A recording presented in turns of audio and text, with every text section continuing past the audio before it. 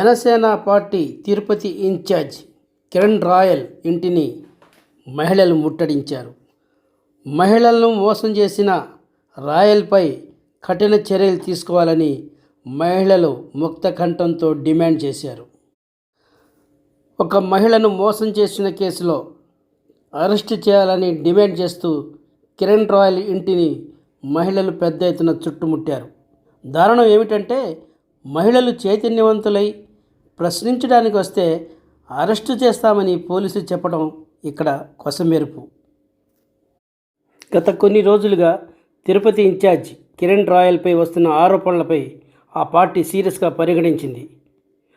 కిరణ్ రాయల్పై వస్తున్న ఆరోపణలను క్షుణ్ణంగా పరిశీలన చేయాలని ఆ పార్టీ అధినేత పవన్ కళ్యాణ్ ఆదేశించినట్లు రాజకీయ కార్యదర్శి హరిప్రసాద్ ప్రకటించారు.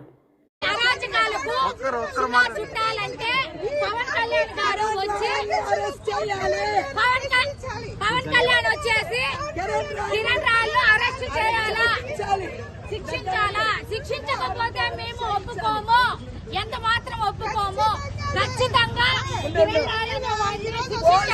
వాళ్ళు మహిళలకి మాకంతా రక్షణ ఇవ్వాలంటే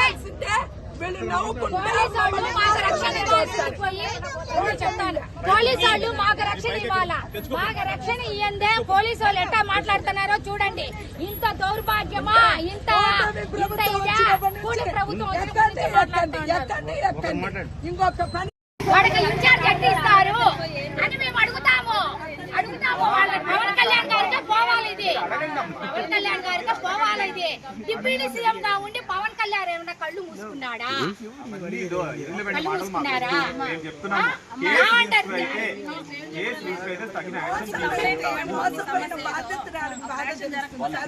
యాక్షన్ తీసుకోరు.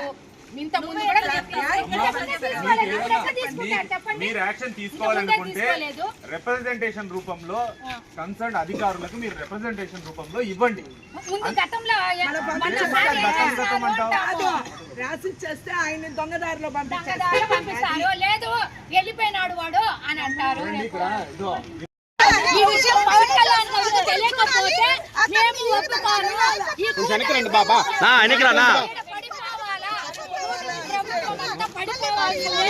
ఈ కూటమి ప్రభుత్వము వచ్చినప్పటి నుంచి అరాచకాలు ఎక్కువైపోయినాయి. ఈ అరాచకాలకు సున్నా చుట్టాలంటే పవన్ కళ్యాణ్ గారు వచ్చి